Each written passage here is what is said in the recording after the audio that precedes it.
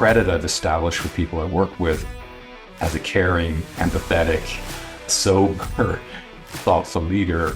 And in one instant, I sort of like squandered that. But this is The Manager's Moment, and I am your host, Belinda Brummer. Growth often comes through our most challenging moments. Risk, failure, consequences, humility. What then? What does a leader do next? My guest is Colum Slevin. I'm based in San Rafael, California, which is just north of San Francisco in the San Francisco Bay Area. For most of my career, I spent my time in the service of creators, makers, developers, directors, people who are creating entertainment. And most of my work was focused on helping them leverage technology in the service of their creative process to create art, if that doesn't sound too highfalutin. But more recently, I've been focused on a different cohort. I've been focused on players, on users.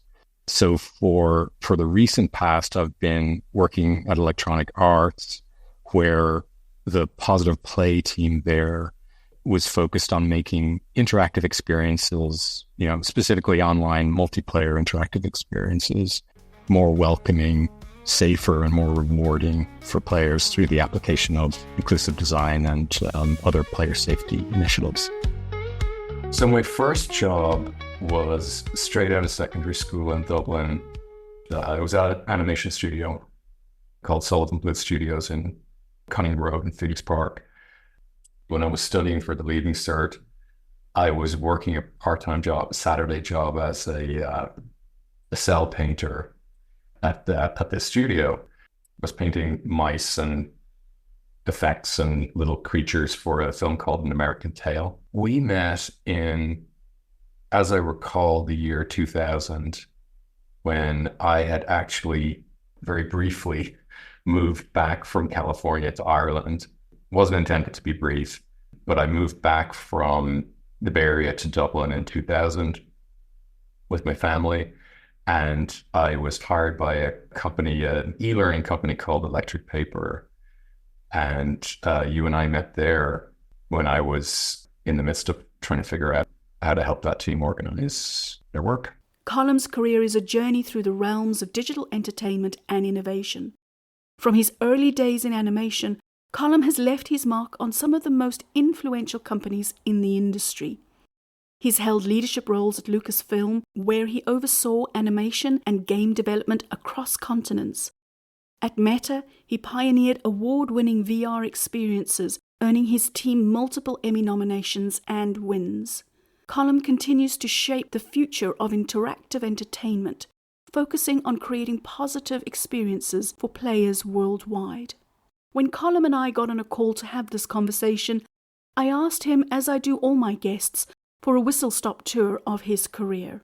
I'm eager to share his full response to that question, and so do look out for a bonus episode to be released soon. When I think back on the things I've been able to do and the opportunities I've had, my experiences ended up being really eclectic. There's been a through line of working with and supporting the creative process, and there's been a through line of technology, but every role and every experience was something new and different, and that wasn't by accident. I mean, it felt slightly random at the time, but it was very intentional. I was usually driven by curiosity. So the basically the through line has been a series of episodes of where I go, all right, I've learned quite a bit about this thing I'm doing, and now I'm curious about this other thing. I'll chase that other thing. My wife describes me sometimes as a professional magpie, where I'll see something shiny and go, ooh, that looks hard and interesting. I think I'll fly over there and do that. And that's kind of what I've done. I moved from analog animation into computer graphics because I was curious about it. I moved from computer graphics into game development because I was curious about it. I moved from that into VR because I was curious about it. There's a through line which has always been about helping creative people make art, which is partially because I'm partially because I'm good at helping them do that, and partially because I'm a very mediocre artist and I like to be around extraordinary artists and help them do what they do. In all of that, how the heck did you get into management? I got into management for the same reason, I think, now that I look back on it. It was in 1994. I had been working in various individual contributor roles in animation production. And when we moved to Arizona, I knew we were setting up a new team. I knew I would be working in this specific team. And I asked the head of the studio if he would consider me as the department lead for this function. And he said, okay. And I think mainly he said, okay, because no one else had volunteered and there was no other obvious choice. And, we had experience working together. So we did. So what motivated me initially was a combination of curiosity and survival instinct, right? I was curious about, like, I wonder what would be different about doing this. And part of me was like, there is a Darwinian urge I have where I'm always looking at, well, how is this going to fail? I think it's important to look at any kind of project through that lens and go, what's going to, it's a critical part of project management, which I learned formally many, many years later, but like, what are the critical assumptions here? What are the things that if they don't happen or do happen are going to make us succeed or fail? And from my own career, I would often look at it and go, I have no control. As an individual contributor, I would say, I love what I'm doing. I'm really enjoying it. And from when I show up in the morning to when I go home at night, I'm fulfilled and I enjoy it. But I don't know if this movie's ever going to see the light of day. I don't know if people in leadership roles are making good decisions or bad decisions. I just don't know. And I say that now in hindsight. I don't think I thought that rationally, but that's what my gut was telling me was, if you are going to have some mastery over your own destiny, you're going to have to understand how the machinery works, and you're going to have to understand how the process works, and ideally be making some of those decisions if you're qualified to do it. It was about having more purview over the process of making a film at the time. I wanted to understand it more. And number two, I wanted to have a modicum of control or visibility in how things would actually play out. Now, in hindsight, that's pretty naive because nobody has total control. Everyone answers to somebody and nobody has total control over anything. But that was my instinct. And that's what led me into throwing my hat in the ring to lead that small team. And I had no clue what I was doing. So all of the learning I did about management and leadership over time was mainly through catastrophic failure. No, that's not true. That's a bit flippant, but mainly through skinning my knees and falling down and learning, oh yeah, that's not how you do that. And let's not do that again. Let's try to do that better next time, but just iterating on what I learned about actions and consequences ultimately, because for a long time you go, this is fun. We're all having fun. Everyone has good intentions and no one's going to get hurt. Like, obviously that's how people think. This is a workplace. It's not life or death. And then the first time you make a mistake that has consequences beyond what you expected is very jarring and can be very shocking.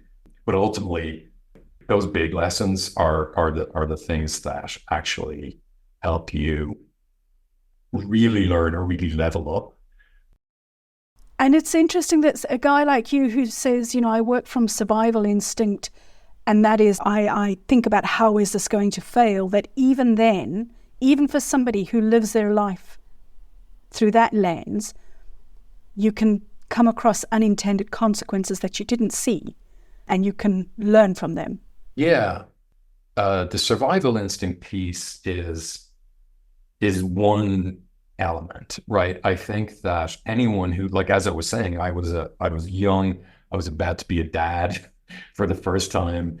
I defy anyone who becomes a parent in their 20s or at any time in their life not to be motivated by fear, right? And by the fear of responsibility and screwing that up. That's one element of it. Is I love what I'm doing. It fulfills me. I hope I get to do it forever. How do I protect against the downside of that? How do I not end up doing a soul destroying job that I don't want to do. So that's the survival instinct part. So survival instinct, curiosity, and then joy. Like the third piece is like working in this field that I've gotten to work in for so long. On the one hand, is it's hard work, and it's complicated, and it's tough to stay on top of your game, and it's tough to stay ahead of things like AI, blah blah blah. But at the end of the day, you do it because it brings you joy and you love it, and you don't want to do something else. So that combination of being curious, being motivated to survive, and being addicted to the dopamine of working alongside creative people and the contact high and the halo effect you get from that is a pretty potent mix. And what a privilege to be fascinated by what you do. Yeah. Not everybody can say that, but to be fascinated by what you do, which then is the ground for curiosity and growth and all of that. Yeah. One of the things early in my career that I found to be an unlock, or when I talk about finding opportunities to be slightly out of your depth, I was relentless and dogged about volunteering for stuff nobody else wanted to do, right? Whatever that would be. I remember early in my career being willing to, we need someone to stay late and then fly to LA with the tapes of these shots so that we can take them to the facility in LA that's going to make the trailer for the movie. And we're going to have to do that for weeks on end and long hours, and nobody else wants to do. And it's not really anybody else's job. And I would volunteer for stuff like that. And to the extent that, for two reasons. One, because I wanted to learn and I wanted to understand how things fit together and how they were done. And I also wanted to solve problems for the team. I wanted to be Mr. on the spot. So double-edged sword, what I learned about that was it's very potent. It's very potent to develop a reputation as what in the US they would call a utility player, someone who's willing to fling themselves on whatever grenade is tossed, or, to be willing to go, that's not my job, but I'll help. It's almost all upside. It really cements a reputation as someone who's willing to do whatever it takes, which is great. The downside is ultimately, if that's your brand, you run the risk of that becoming all you are, right? And you run the risk of going, as the management consultants would say, an inch deep and a mile wide. You're willing to do and available and able to do almost anything. But then when an opportunity arises to do something, maybe deeper or dedicated, people go, yeah, but then who's going to throw themselves on the grenades if we have Belinda do that thing? So that's the risk of being a utility player. Is it's really powerful to be willing and able and on the spot all the time. But also the downside is you have to recognize when that's becoming your brand, and whether you need to raise your hand and say, hey, I'm always willing to do what it takes, but I want to be available or considered for other opportunities as well. And was there a moment that you found yourself raising your hand or coming to that reckoning and saying, this has become my brand? Yeah, it was a gradual process. I think, I realized that, for instance, I would realize if I'm going to get the opportunity to, take a larger leadership role or whatever it might be, then I can't be hopping on a plane every other night to do this stuff, or I can't be at the beck and call of this executive or this leader who's come to rely on me for random things to do, because as much as that has cemented my reputation as a reliable person, it will ultimately pigeonhole me into that category of utility player, and your name won't even come up in other conversations. So I remember having a moment where I was like, I need to dial this back a little bit and think about what I want to do long term. And if what I want to do long term is random, interesting, last minute tasks, then that's great. But that wasn't what I wanted to do long term. So I sort of just gradually over time redressed the balance of that stuff very thoughtfully. And how did you do that? And it comes from a place of it resonates so loudly with me, and I'm curious how you did that. How did you rebalance or strike a balance? and get it to swing in the way that you wanted it to? It's a good question. It's difficult to answer. It's difficult to find a single instance. I think what I did, as I recall, a long time ago, was I leveraged relationships I had that were very trusting, right? And I would say to someone like, yes, I would love the opportunity to be, a production manager for this department or to do this broader thing. So, I might need your help. I might need air cover from you. Explain to this other individual why I won't be available to do random task X, Y, Z anymore. But everyone needs supporters and allies and advocates and mentors. And usually I would rely on those people because the latter behavior I mentioned opens doors, I think, with people because they realize, oh, this person can be trusted and they're not precious and they're humble and they're willing to do different things. And one thing I've found is that excellence or commitment to one thing, even if it's a small thing, opens doors to other things. And what I mean by that is, if I could flip this around and talk about it in sort of the opposite way, or from a negative perspective, I've sometimes had people come to me over the years saying, "Hey, I'm doing job X. I don't love it. I'm not succeeding at it, and I want an opportunity to do job Y." Because job Y is something I'm very passionate about, I'm very interested in. And here's a list of 20 things I do in my private life that, or in my hobbies I do on the side that will tell you I'll be great at job Y. Please give me an opportunity to do job Y. And I've always regretted acquiescing to that. And what I mean is that when someone is not committed or not succeeding in one area, in my experience, they have a pretty low hit rate on the next area too. So I have had a much higher success rate when someone's like killing it in a certain area and doing really, really well, and sort of maxed out their capacity in that area. That's almost always a hallmark that they will do well in another area or moving up. What do you think is at play there? Why do you think that is? I think it's a combination of work ethic and a capacity and work ethic. Again, I'm speaking in a generalization. Like, I'm not saying that there's never been a person who hated what they were doing and would do better at something else. Obviously, that happens.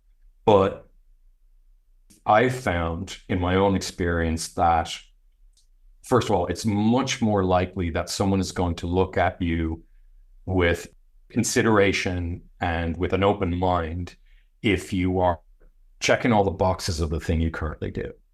I would always try to show up for the new opportunity, having sort of done my utmost at the current thing.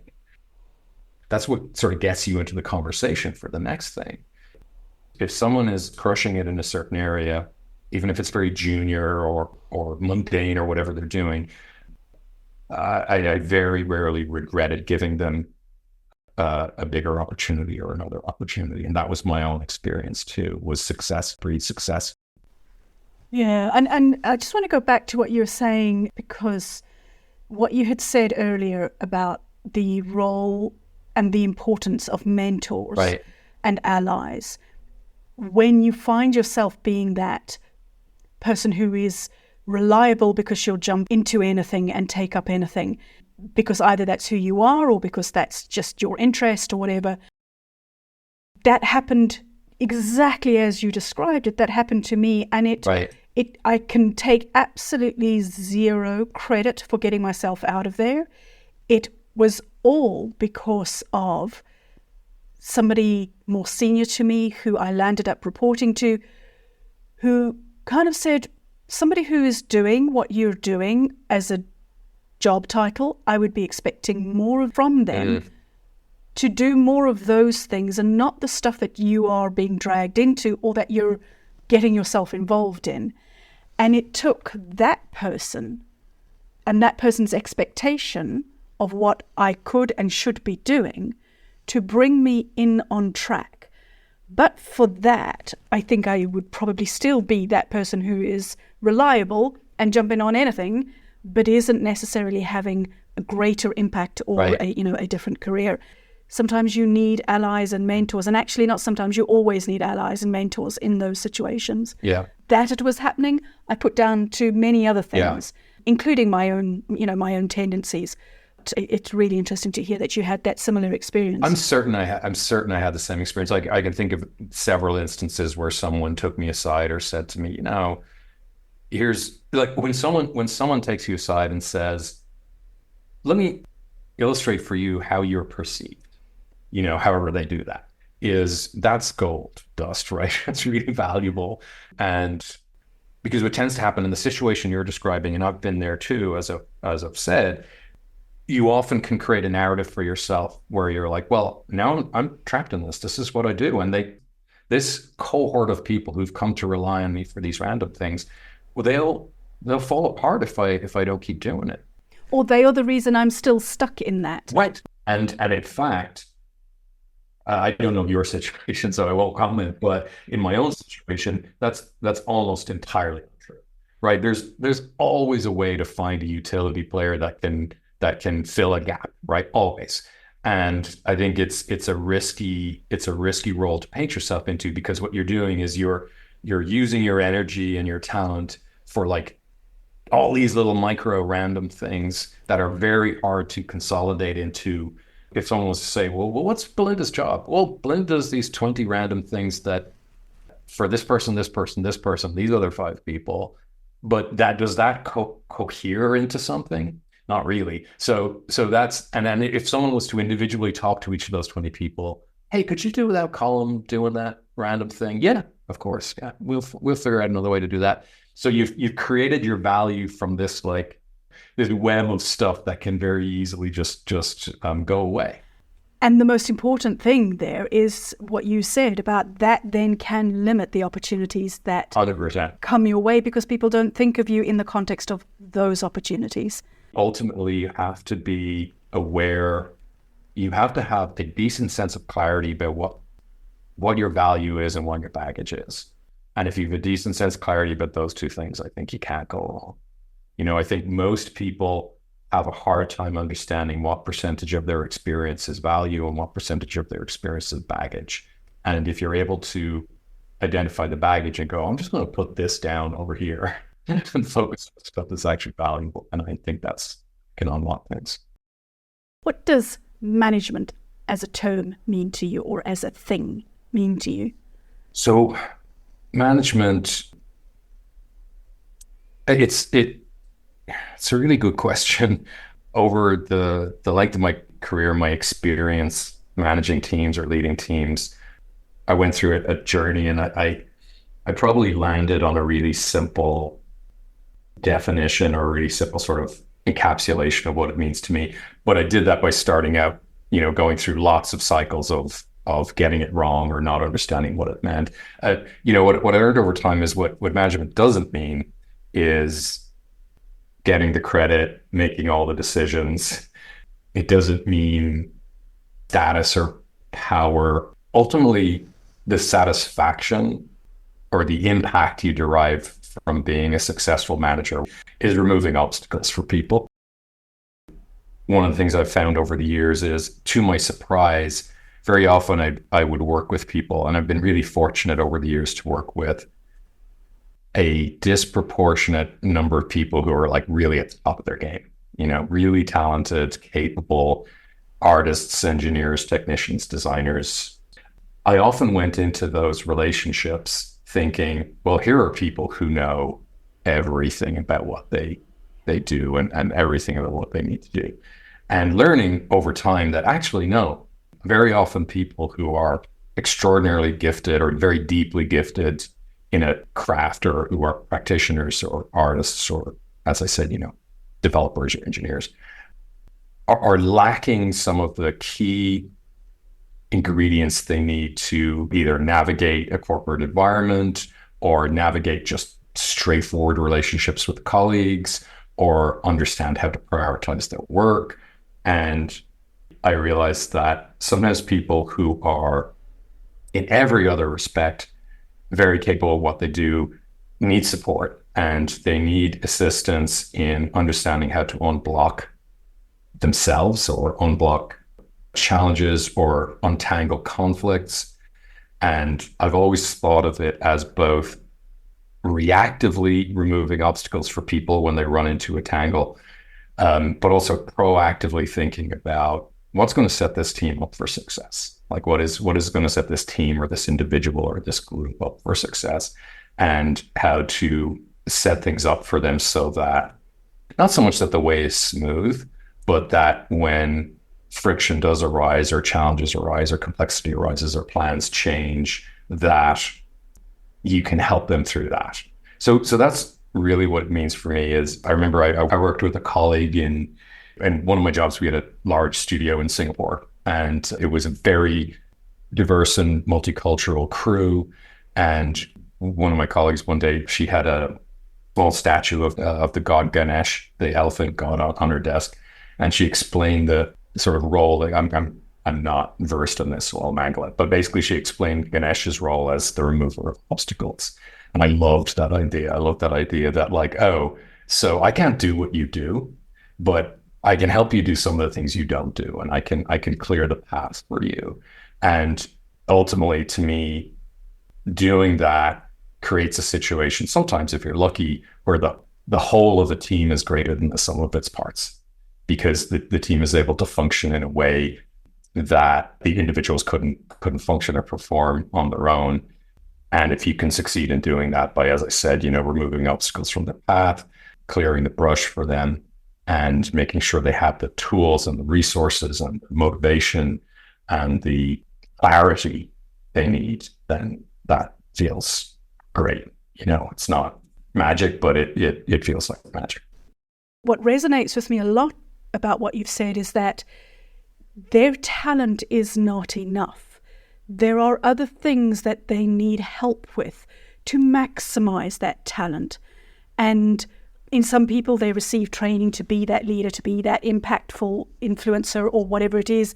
But in other cases, that might not be the answer. The answer is a really great leader or manager who makes up for those gaps and helps their talent shine. Yeah, I think that's right. I think there certainly are people who are individual contributors who are extraordinarily gifted, and they're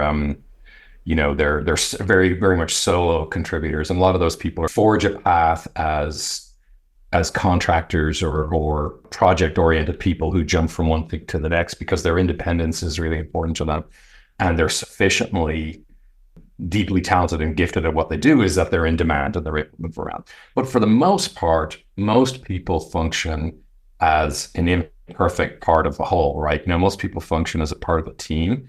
And I don't use sport metaphors because I'm ignorant of sport and I'm terrible at sport, but there are so many team metaphors kicked around. Well, there's one in describing management that it's ridiculous. But the one that I do come back to is very American. But there's a TV show I love called Friday Night Lights from years ago, and in that, Coach Taylor, who coaches a high school football team in Texas, says to his team one day, "Success is not a goal, it's a byproduct."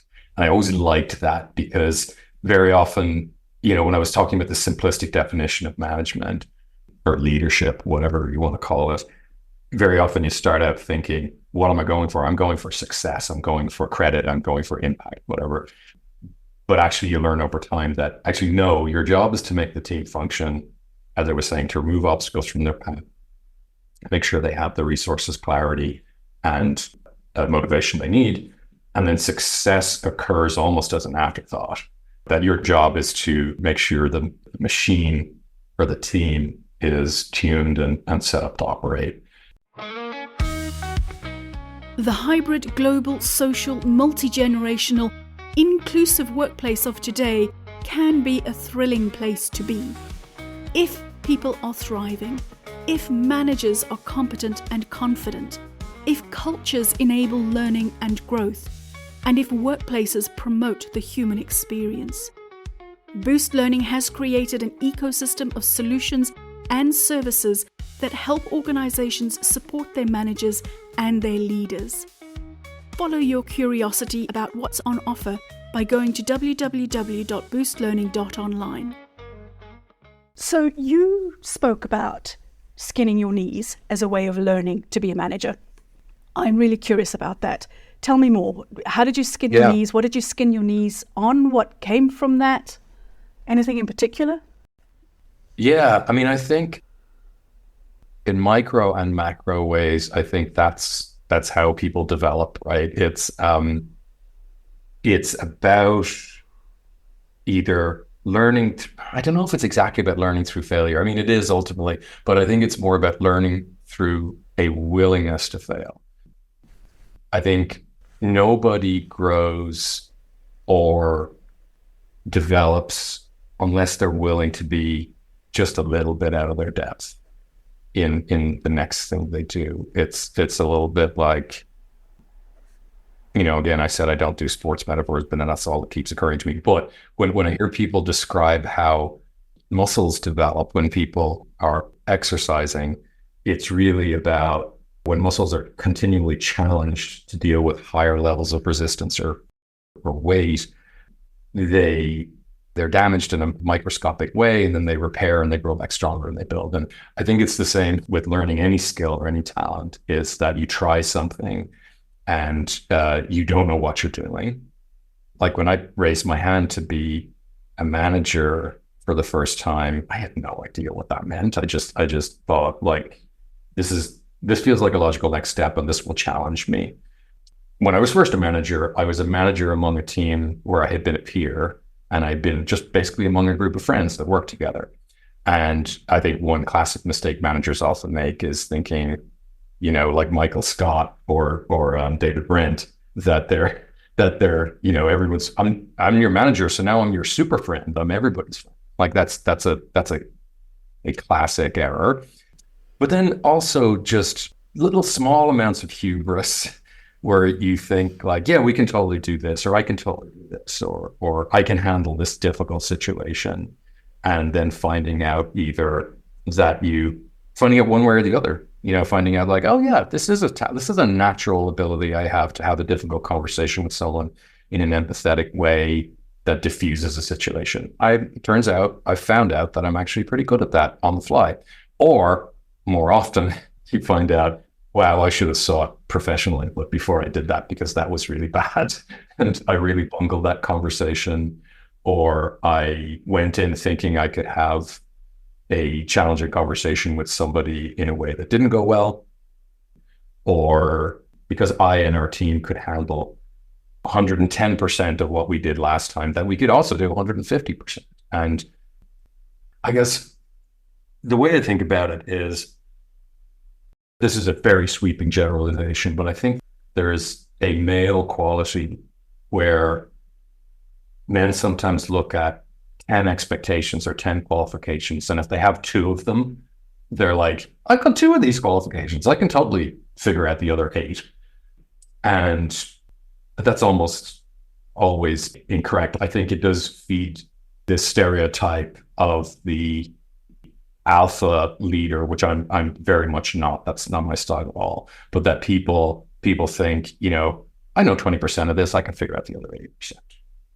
And so long as the percentage of stuff you're winging it on is sufficiently small and the risk of failure is sufficiently small, then I think those are great opportunities to learn. Like, I think going into something and being really transparent with people and saying, I appreciate the fake it till you make it approach that people often have, but I also think you have to be authentic and transparent with people and say, look, I don't know if this is going to work. I haven't done this before, but here's what we're going to do. And I think those learnings are great opportunities. I think where you go from skinning your knees to breaking your leg or, dislocating your shoulder is when there's a little bit more hubris. I've certainly had experiences over my time where I'm like, you have a series of successes or you stick the landing on things enough times, then you go, I've got this figured out. I can take a bigger swing or a bigger risk. If that goes poorly, and if something going poorly when you thought it wouldn't blows back on people other than yourself, blows back on your team in some way. I think that's the risk. I think containing and being sober and wise about the types of risks you're taking, so that, it's fine to put your own, fatigue or, mental health at risk for something, but it's always important to think about who else you're exposing to that kind of thing when you go. But I guess I'd say it goes from the micro to the macro, right? I think it's important to get out of your depth a little bit, because that's the only way you learn how to swim in deep water. But it's important to think about what's the worst outcome here if I fail? Yeah. A willingness to fail and a willingness to be just a little bit out of your depth. And then what you were talking about showed me that actually there needs to be an appetite for risk. When it's not just you that's taking the risk, that needs to be a little bit more considered. Breaking your leg, dislocating your shoulder. Have there been any moments like that have changed you as a manager? Yeah, definitely. Yeah. So I've been working in film for quite a while, and I was working at a visual effects company called Industrial Light Magic in San Rafael. And we worked on a project for a client where we converted a movie they had into 3D stereo so people could watch it with 3D glasses. And it was technically complicated and it was a risk. We bid on the project and thought, this will probably work. We think we know how to do this, but we've never done it before, so we're not 100% sure.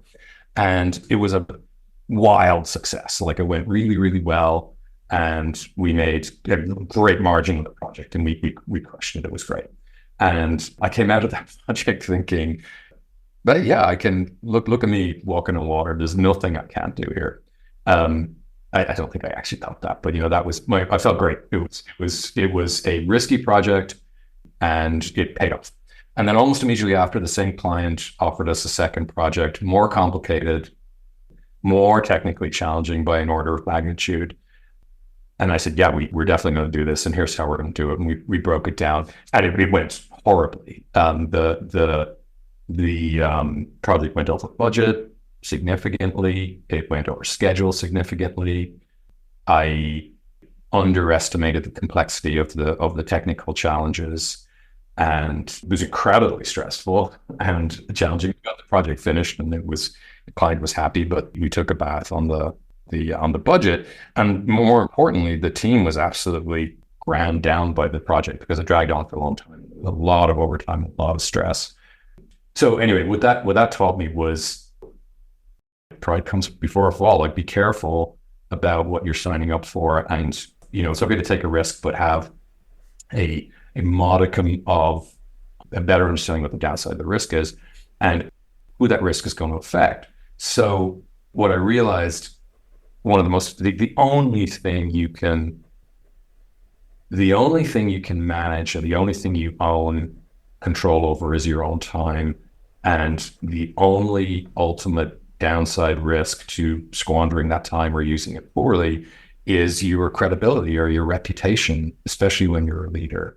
And I was very, very lucky that ultimately I had enough sort of credit in the emotional bank account with people I worked with that I got other chances. But for a moment there, I thought, wow, I've blown all of this very thoughtful and gradual credit I've established with people I work with as a caring, empathetic, sober, thoughtful leader. And in one instant, I sort of squandered that. And I didn't ultimately, it came back. But at the time, it taught me to, I ate a big slice of humble pie and took it on the chin and said to people, look, here's what happened. We went from this to this, and I made some incorrect assumptions about how one would translate to the other. And here's what happened. But at the time, it felt like the end of the world. To me, it felt terrible, and I thought, I think, I can't remember if I mentioned this before, but I think one thing that successful people who I've worked with have in common, that I realized I have an ingredient of as well, is that I don't think anyone anyone who's truly good at what they do and advances and grows has some degree of an inferiority complex or imposter syndrome, when they're always thinking, I'm not ready for this, or I'm not cut out for it, but I'm going to try because I want it, or whatever it might be. And I used to joke to people that, like, I can't believe my luck that this is what I get to do for a living. And, waiting for a guy with a clipboard to show up in the door and say, there's been a clerical error and you have to go back down the coal mine or wherever you were supposed to be. And so when this project occurred and everything sort of crashed and burned on the project, slightly melodramatic, but like when things went sideways on the project, I thought, oh, this is it. This is it. This is the worst case scenario of the imposter syndrome moment. That wasn't a done and dusted, very quick turnaround project. I'm sure that the projects it would have been months. You're right. It was months. It was very good. How did you? Because you must have seen that starting to unfold. You must have seen all of this start to go wrong as budgets were overshot and time and deadlines. How did you manage yourself? How did you keep your own head above water? Because that is, that's a heavy burden to carry. Oh, the answer to how I managed myself was brilliant. It was very, very stressful, right? I spent I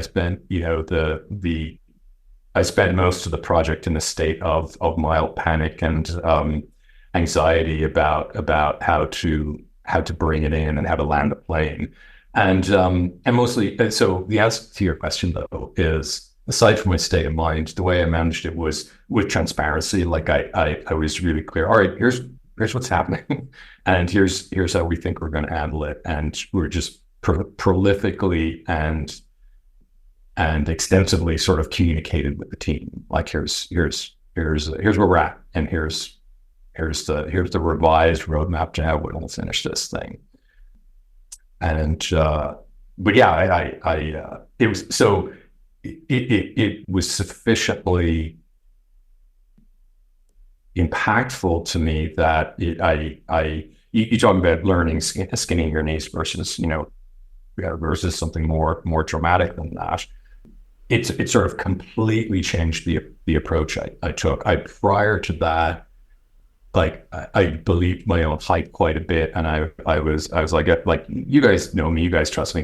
Here's what we're, and I would take a lot of that as read. And what that taught me going forward was you can't take anything as read. You can't take anything as for granted, and you have to earn and re-earn your ability to take a leadership stance. You have to re-earn your credibility as a leader constantly by demonstrating how you're gonna how you're not going to do that again. Yeah. And how did you? So you had a little bit of emotional credit in the bank that saw you through, that people gave you chances afterwards. How did you regain your own confidence in that, and how did you build where you went next?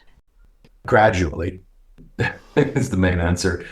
One of the things that it taught me was, when I think about how I used to, our teams were relatively large, so I was often in a position where I'd have to address or communicate to a large team, and often sort of geographically distributed.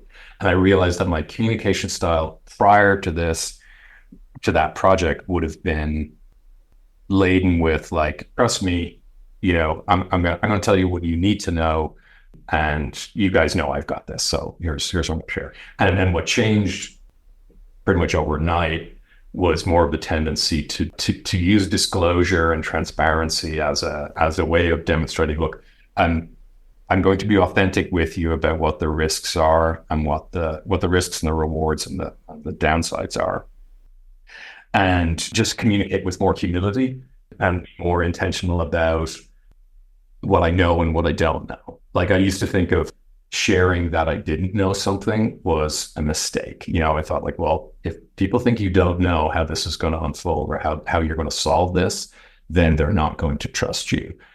Whereas, in fact, when you can be honest and authentic about the things you know and the things you don't know, then people tend to trust you more. Like so long as you know something, so long as you can say, look, here's what we do know, and here's why I'm confident that we can navigate the things we don't know.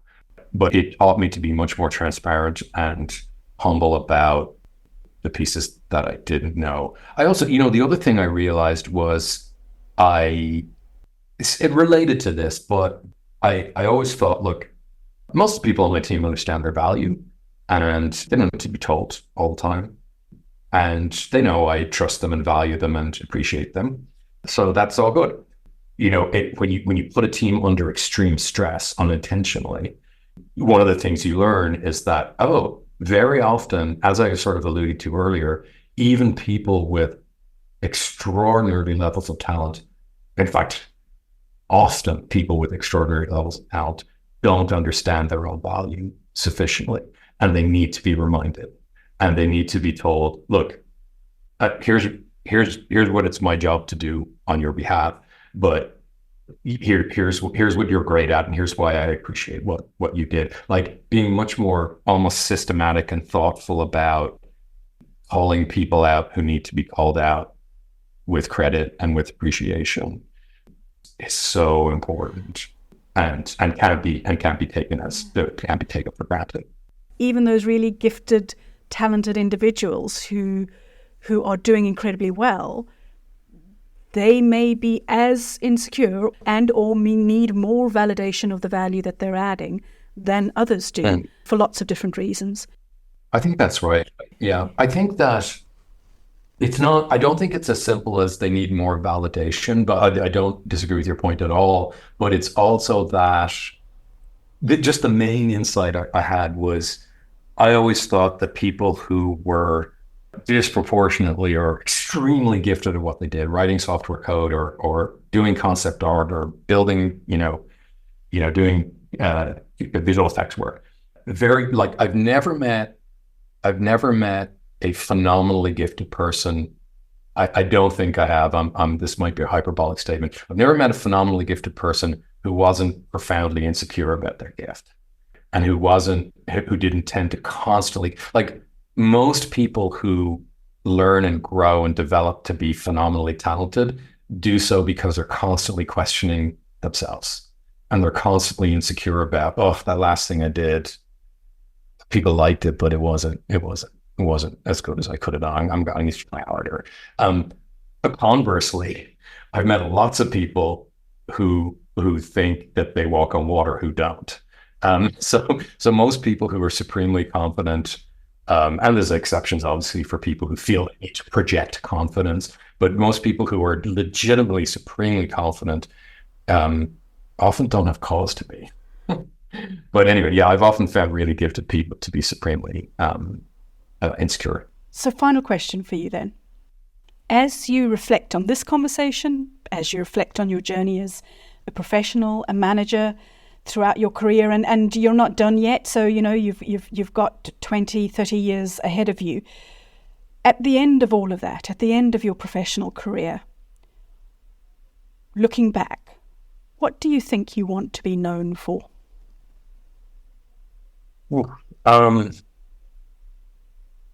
What do I think I want to be known for? Honestly, I think that the highest compliment I could be paid is that I helped creative people make great things or good things even. That's honestly, that has been, if the career I currently have and the work I currently do sort of evaporated tomorrow, and I had to do something that wasn't something I was passionate about, I would still feel incredibly privileged to have gotten to do what I've done. So yeah, I love the feeling of helping people unlock their talent or their creativity. And the biggest compliment I feel like I get is to feel like I helped disparate groups of people unlock their creativity and make things that were, above and beyond what they thought they could do. And I think that's that's what I love to do, and that's what I like people to think and to think I do. Part of it is just a byproduct of having been around talented people for this long and developing an ear and a nose for, if I put that person with this person and ask them to solve this problem, I think that will, based on all the stupid mistakes I've made over the years, I know that this might work differently. We've come to the end of another episode of The Manager's Moment. Thank you for listening. If you've enjoyed it, there are 3 things you could do. Let your friends and colleagues know about it. Follow the show. And be a part of the conversation and make connections by joining the Manager's Moment Club on LinkedIn. The Manager's Moment. Seeing the person in this and every moment. Oh, and a shout out to Boost Learning, where management development is done differently. To find out more, go to www.boostlearning.online.